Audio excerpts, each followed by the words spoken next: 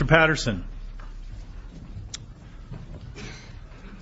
Assembly Bill 1138, item number 12. Good afternoon, sir. Thank you. Thank you, Mr. Chairman and members, for the opportunity of presenting AB 1138. This bill raises the threshold that should be met before the High-Speed Rail Authority can use eminent domain to take away prime farmland, residential property, and business locations. On April the 10th, the State Public Works Board gave the green light to condemn or use eminent domain on 38 pieces of land totaling 150 acres in Fresno, Kings, and Madera, Tulare counties for high-speed rail. Almost 1,300 pieces of property are needed for the first leg of the project, and more than 500 of them are between Madera and Fresno. But this is not just a Central Valley issue, but it is a statewide issue as well. As the High-Speed Rail Authority moves forward with the construction of the rail project, there are serious questions that are being left unanswered. AB 1138 would try to get some of those answers prior to the taking of people's private property. AB 1138 would require the High-Speed Rail Authority to answer some important questions prior to taking the land of the very people that we have been elected to represent. Simple questions like, where will all the money come from? These are issues in serious dispute. When does the High-Speed Rail Authority expect to receive those funds?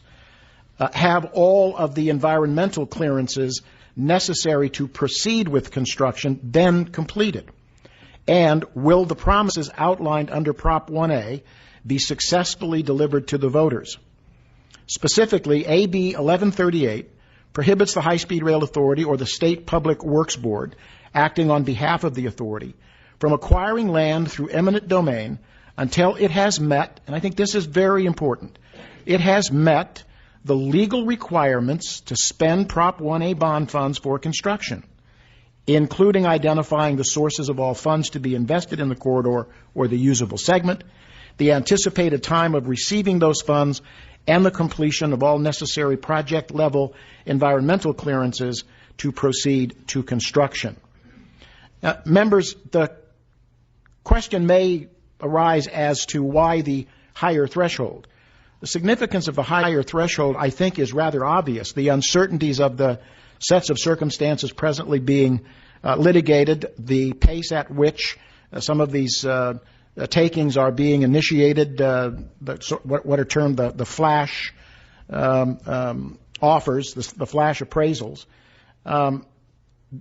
There are other pending and ongoing controversial matters that have been subject to litigation on multiple fronts, including the project's legal eligibility to receive bond funds, in addition to the inappropriate use of cap and trade proceeds because of the project's failure to help California reach its GHG reductions as outlined in AB 32.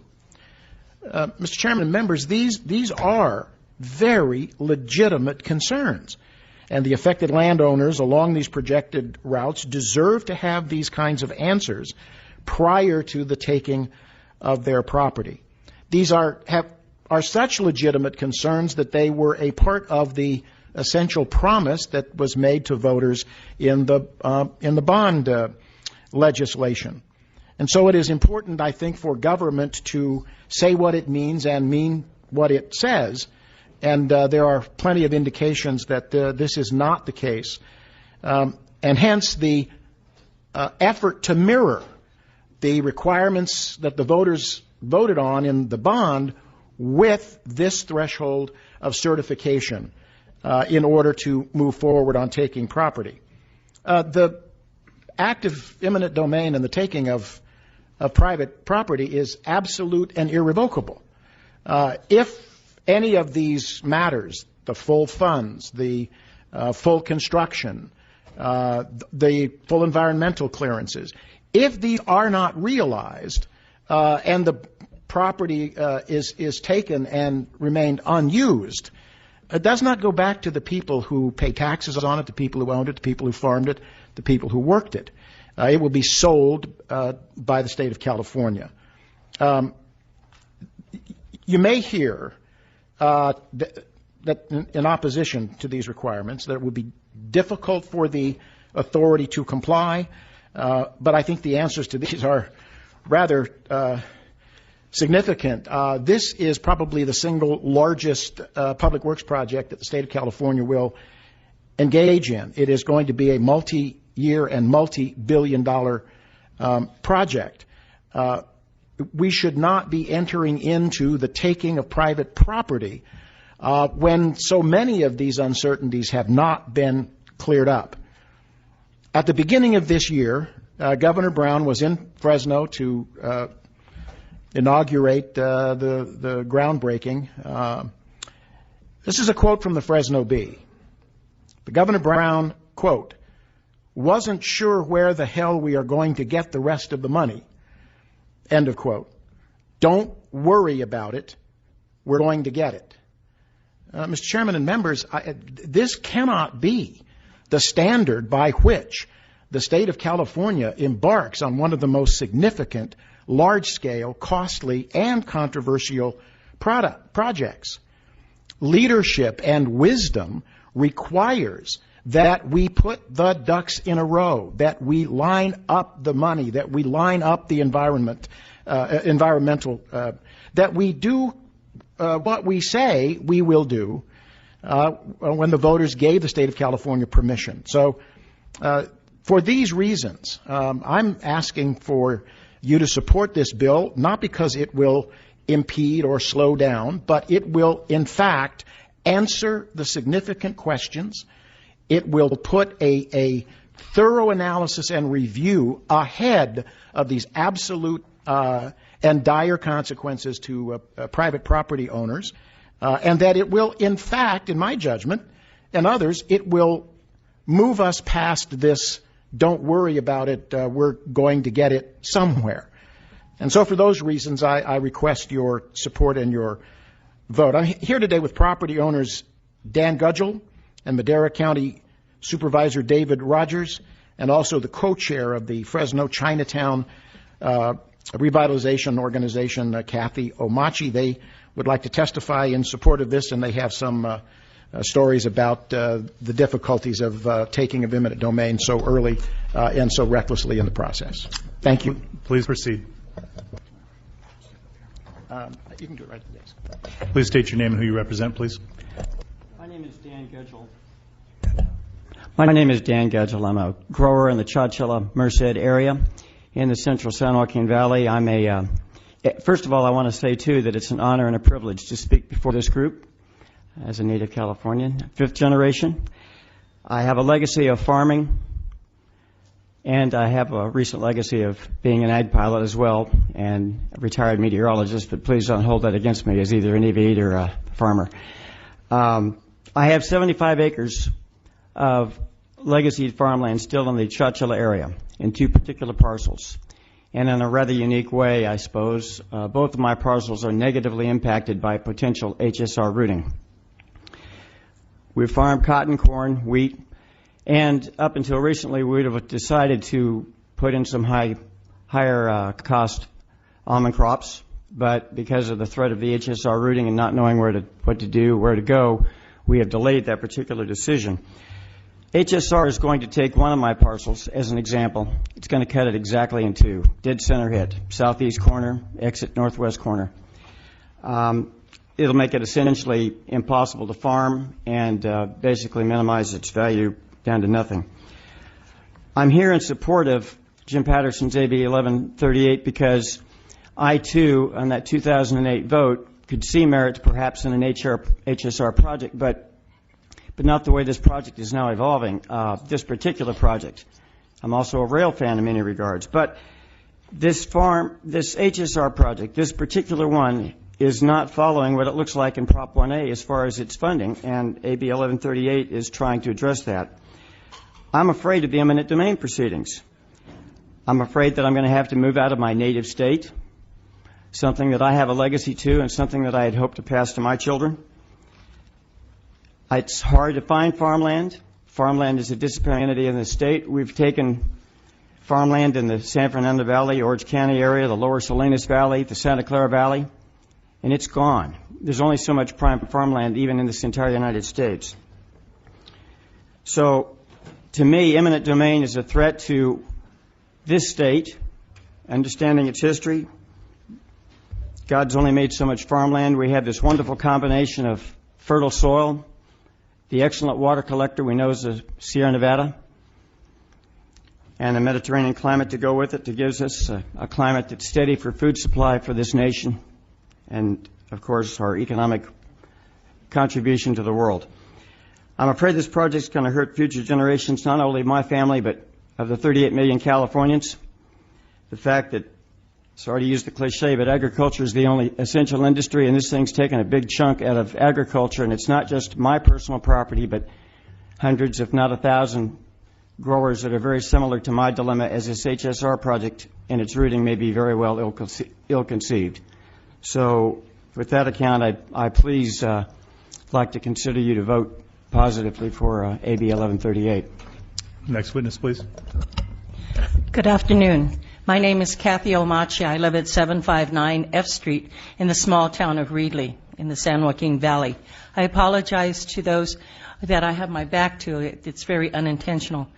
But I am a lifetime Democrat, two-generation Democrat, since my family's been here since about for 120 years. But the first generation weren't able to vote because they weren't citizens. I'm the first generation of Japanese Americans who lived outside of the camps and experienced having their farms, their businesses, and their livelihood taken away from them for the greater good. We in Chinatown are now experiencing that same issue with eminent domain. The speakers before you on one other issue had said that there's areas that were blighted and need to go. Chinatown itself, which is in the middle of Fresno, has lost 5 buildings, one that's a block big that is now a hole in the ground. We have lost 9 businesses, 2 of which have been able to try and relocate in the community. These are all things that are going on that are not for the economic good. These are things that we know will continue going on with the threat of eminent domain. We have a small historic building in the middle of China Alley. It's 12.5 feet by 50. It would fit 3 times in this room. We have been under threat by high-speed rail for over 2 years that it will be seized through eminent domain and torn down. We do not believe that is necessary because we do see it as a historic building that reflects one of the many communities that call Chinatown home. And for your record, we were established in the mid-1860s, and the homes for we were home for 11 different ethnic groups that call the Valley home in California. African American, Armenian, Basque, Chinese, Japanese, Italian, Portuguese, Mexican Americans, Germans from Volga, Russia, Greek and Filipino communities, all called the area home. We are being torn down piece by piece and threatened under eminent domain to no longer exist because we were told that we were not historically significant nor culturally relevant to this project. I, as a lifelong Democrat, support Assemblyman Patterson with this effort to bring some reason, some sanity, and some thinking of the good of our future and the good of our children's futures to stop this wholesale taking of properties. Thank you. Next witness, please. Yes, Mr. Chairman, I'm David Rogers, Madera County Supervisor and Chairman of the Board. Good to see you again, Mr. Chair. I'm concerned about 2 things. High-speed rail right now, as it stands, is being done cheaply, and by that I don't mean inexpensively, and poorly, using those 2 words in their very worst sense.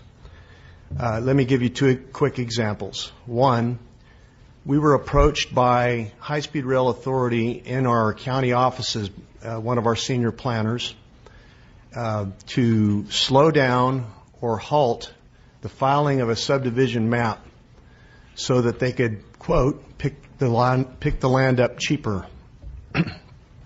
This kind of activity by a bureaucrat representing a government agency is unseemly and unprofessional, not to mention completely un-American. No wonder people don't trust their government when somebody can get away with something like that. But the second incident that I refer to today, the second example, I received a call on tax day, April 15th, from Dr. Yutaka Nakamura, who resides in Japan. He is a professional engineer. He has real-world experience in observed high-speed rail bullet train behavior around the world, including 14 years of service on the bullet train accident investigation team. He is part of the Railway Technical Research Institute and has impeccable credentials concerning his ability to assess high-speed rail. Japan, between 1959 and 1964, used ballast-designed rail bed for bullet trains. This design failed miserably due to seismic activity. Even under good circumstances, the ballast-designed rail bed cannot be certified for travel at speeds more than 165 to 177 miles per hour. And that's significant, and you'll see why in a minute. The ballast-designed rail bed is highly susceptible to seismic activity and subsidence due to drought. Bullet trains have been derailed by earthquakes. This design is also maintenance heavy. The maintenance on this rail bed would have to occur all night long, every night, at a very high cost to the taxpayers. The ballast design is the choice of the High-Speed Rail Authority in California, in a region known for its seismic activity and subsidence. The USGS and Office of Emergency Services have urged the Rail Authority to use the seismic reinforced slab track instead of the ballast design. To date, they have ignored that advice. Dr. Nomura is also a consultant for those two organizations. The poor design will result in catastrophic failure and accidents, which in turn precipitate injury and loss of life on a large scale. This cannot be ignored. I bring it to your attention today for your consideration. I urge you to support AB 1138 for these reasons. Thank you, Mr. Supervisor. And for the remainder of the witnesses, would you please keep it relevant to eminent domain, please? Yes, Mr. Chairman, absolutely. David Wolf with the Howard Jarvis Taxpayers Association. We're in support of the bill. I want to thank the prior witnesses for their testimony, obviously very compelling, and I'll be brief. Mr. Patterson's right. You can't go back on seizing private property. There is absolutely no recourse to doing that. And I would just like to say numerous landowners in that Fresno Madera area have complained that fair market value is not being provided for property as should be fitting for an infrastructure project of this type. As of at least a month ago, the High-Speed Rail Authority has only been able to secure 25% of the parcels that they need to build the train in Fresno and Madera County. So clearly fair market value is not being offered. It's taking a long time to secure these properties. It's time the authority doesn't have. And for all those reasons and the support of the prior witnesses, ask for an aye vote. Any other witnesses in support of the author's bill? Please step to the mic. State your name and who you represent, please, and please keep it brief. Mr. Chairman, distinguished members of the committee, I was asked politely as a member of this group not to sit up there because there was going to be too many people. So I'm speaking from here. My name is Aldo Sansoni. I reside in Los Banos, California. I owned with my family a 2,500-acre farm that dates back to the 1800s. We do diversified farming, tomatoes, both processing and market, cotton, alfalfa, grains, and sometimes cantaloupes. The high-speed rail tracks will parallel the property, but will severely impact the farming operations because of the ingress, egress, and so forth that we need. It will also destroy 2 existing deep wells for irrigation, both of which were wells that have been producing for many years, not just a recent drought type of thing. In addition to that, we will lose one of the major filtering systems for the drip irrigation. And incidentally, the 2,500 acres that I'm speaking of, 1,300 acres of that is already in water-conserving drip irrigation.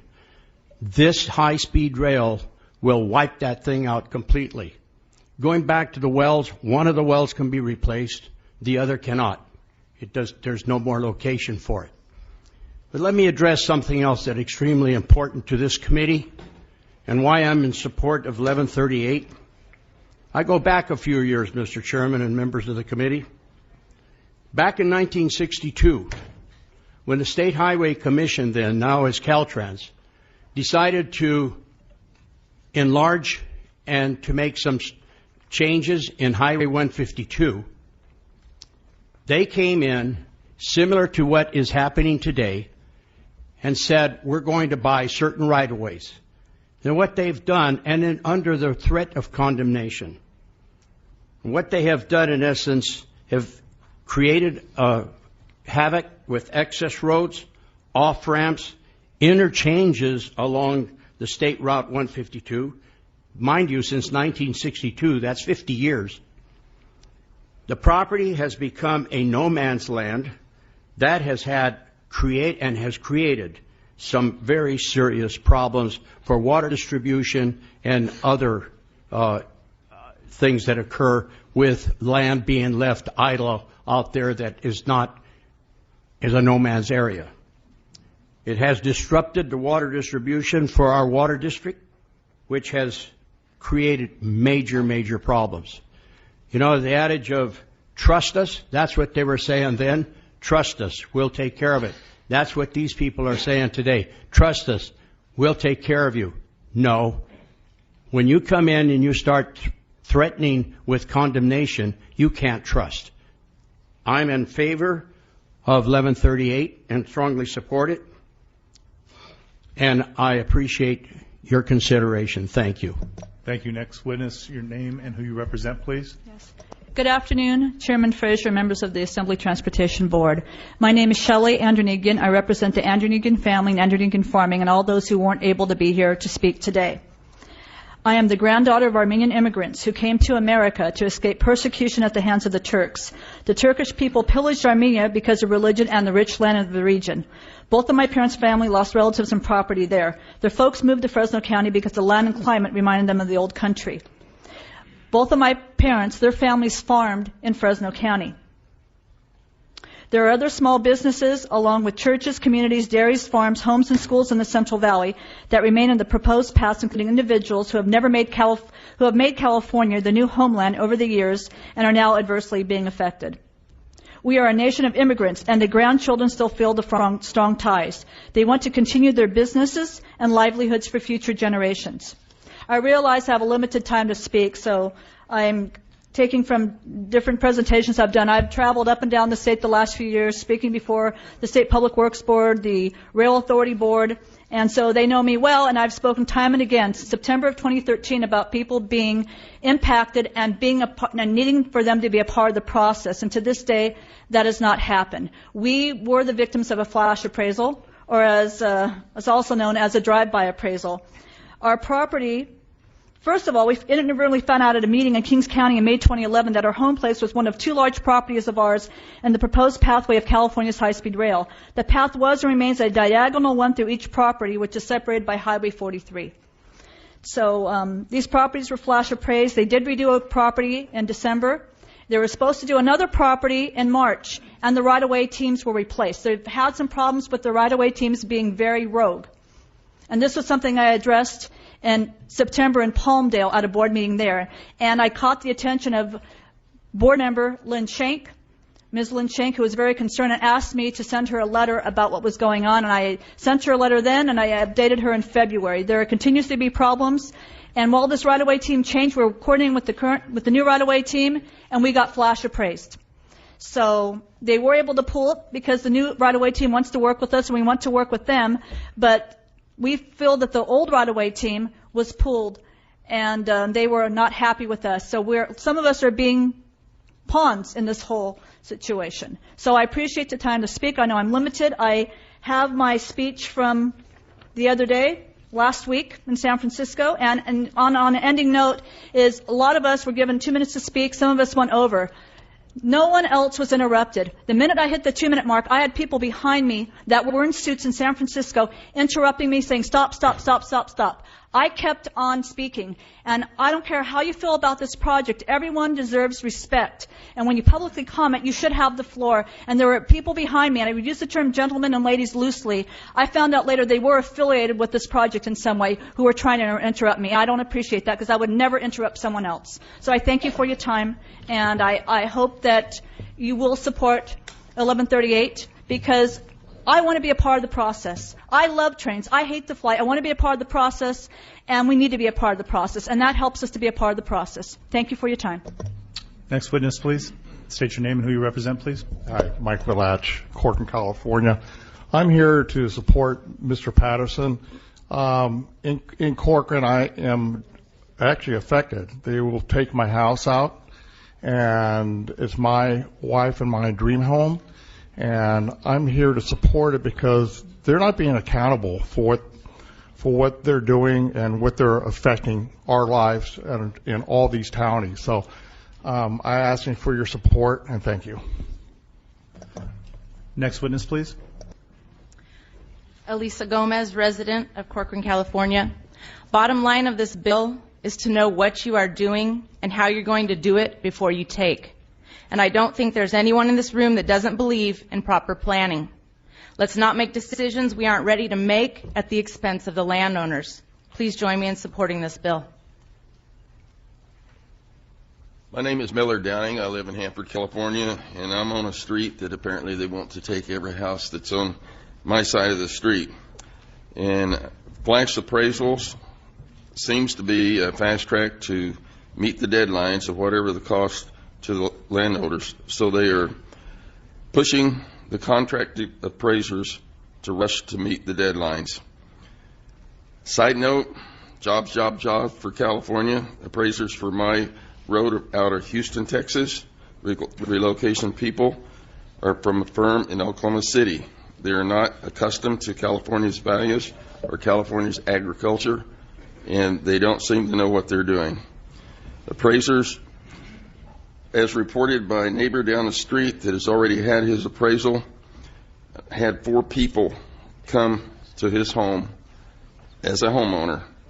Landowners cannot be with all 4 people to point out the things of special interest on his or her property. Plus, I would not want 3 people roaming through my house, rooms, closets, etc., taking photos without me present. For security reasons? No. For privacy reasons? No. A neighbor asked how appraising was going on our street to the appraiser. He replied, good. Neighbor asked if he had appraised my house, the big 2-story. He replied, no. I was kicked off of his property. Strange thing to me. I never saw an appraiser. Never knew he came to my property. He never knocked on my door. If he did, we didn't hear it, or we weren't home. Flash appraisal was done as a result of that, I assume. Photos were taken over the north neighbor's fence and over my south neighbor's fence. We are in a ranchette, 1.25 to 1.25 acre properties. The exterior information that he could see from my home readily is wrong. He has 3-car garage. I have a 4-car garage. I have a double-car garage door and 2 single-car garage doors. He has that I have single-pane windows. I have dual-pane windows, just for example. The interior he would have no knowledge of, as it is custom-built home. Our ideas from the ground up, designed for retirement and for what we might need to function as we grow old and have disabilities. Designed for our survival on our limited income in our final years. Dollar signs that we put into the home while we were still working to assist us as we are now not working. Appraisals are extremely lowball, either by design or perhaps flash appraising is the byproduct of these appraisals. Necessity of our property now is not needed for years. We are 55 miles south of their starting of construction, but relocation says they want us out by June of this year. Thank you for listening to me. Thank you. Any other members of the public that would like to testify in support of of the author's bill? Seeing none, any testimony of opposition to the bill? Please step forward to the mic and state your name and who you represent, please. Good afternoon, Mr. Chair and members. Cesar Diaz on behalf of the State Building and Construction Trades Council, here to respectfully oppose this legislation. Let me just begin with saying that over 40,000 acres are lost to development each year. And unfortunately, this bill does nothing to deal with that situation for those property owners. All the properties that are being dealt with here that were in question have all been cleared environmentally, and all the funding has been identified by the High Speed Rail Authority to pursue construction on that land. This bill basically singularly focuses this type of process for the High Speed Rail project. This is the same process that is used for all eminent domain proceedings on all public works projects. In addition, if we don't build this project, which I'm looking at here, it only uses 4,500 acres total, and they are preserving on a one-to-one basis, then we're looking at the expansion of highways and other systems, and that will be further loss of agricultural land and land that we're talking about here in question. So for those reasons, we oppose the bill. Thank you.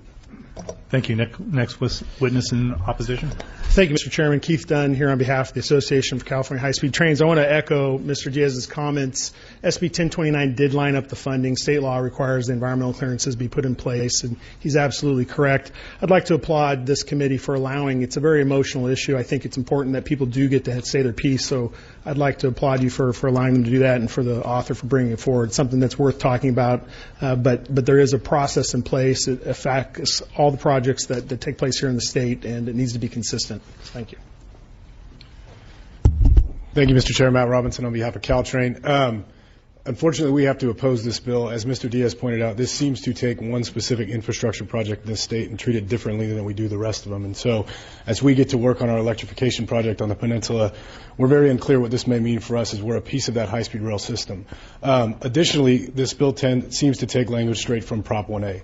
Prop 1A is put in place and has a very specific set of requirements that the authority must meet before it can take certain steps, right-of-way acquisition, spending a lot of the capital in Prop 1A, et cetera.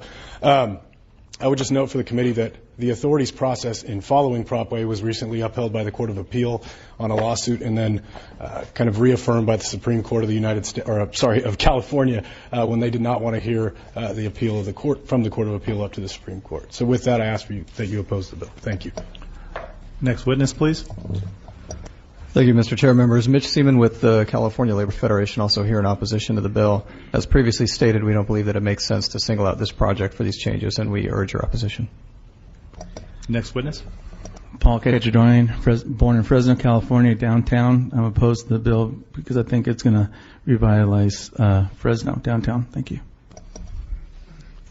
Bob Naylor for Los Angeles Metropolitan Transportation Authority. With regards to my good friend, Mr. Patterson, I regretfully oppose the bill. We're at the other end of the line, and we'd be concerned about what happens to the project as well. Thanks. Mr. Chair, members of the committee, Shane Gussman on behalf of the Teamsters and the Machinists, opposed for the same reasons stated. Any other members of the public who would like to testify in opposition of the bill? Seeing none, committee members that have any questions of the author? Seeing none, Mr. Patterson, or do you, Ms. Mullen? Okay. Mr. Patterson, would you like to close? I would like to close briefly. If all of the assurances that the opposition has claimed are in place, then I fail to find the reasons for the opposition to the bill. If, in fact, the concerns that are raised in the bill and are codified, if they are easily attainable and reached, as the opposition has suggested, then I see no particular problem with having it reaffirmed in clear legislative language, particularly because of the uncertainties that are inherent in a project of this size. One other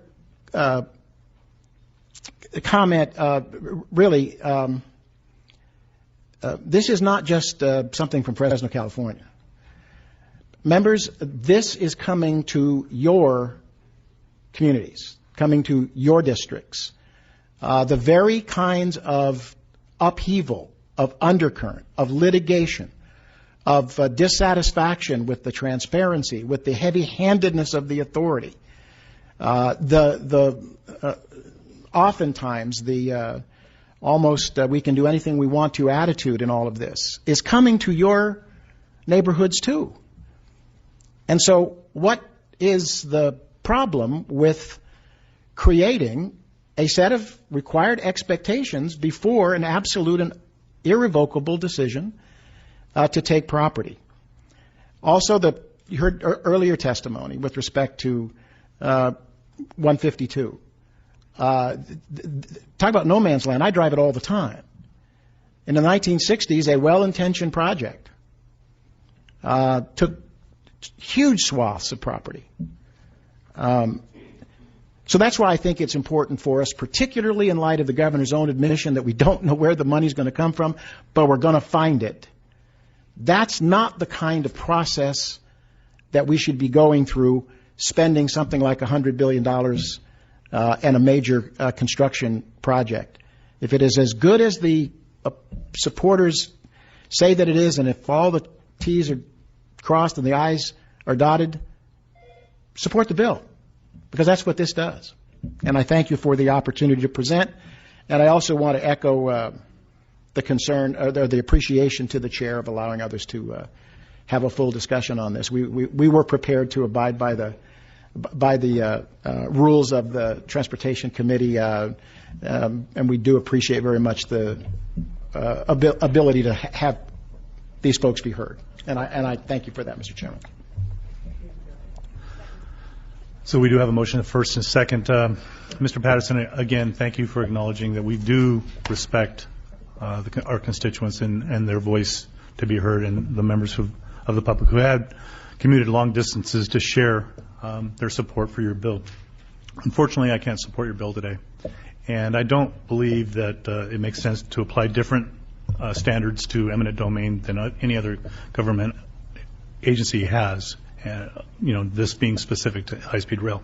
So, Madam Secretary, please call the roll. The motion is a due pass to the Assembly Judiciary Committee. Frazier. No. Frazier, no. Ashajian. Baker. Aye. Baker, aye. Bloom. Campos. Campos, no. Chu. Chu, no. Daly. Daly, no. Dodd. Eduardo Garcia. Eduardo Garcia, no. Gomez. Kim. Linder. Linder, aye. Medina. Melendez. Melendez, aye. Nazarian. O'Donnell. No. O'Donnell, no.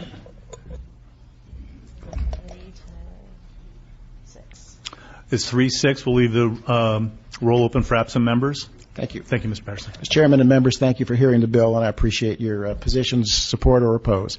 That's what democracy is all about, and I appreciate the collegial approach to this as well. Very much appreciate it, Mr. Chairman. Ms. Grove.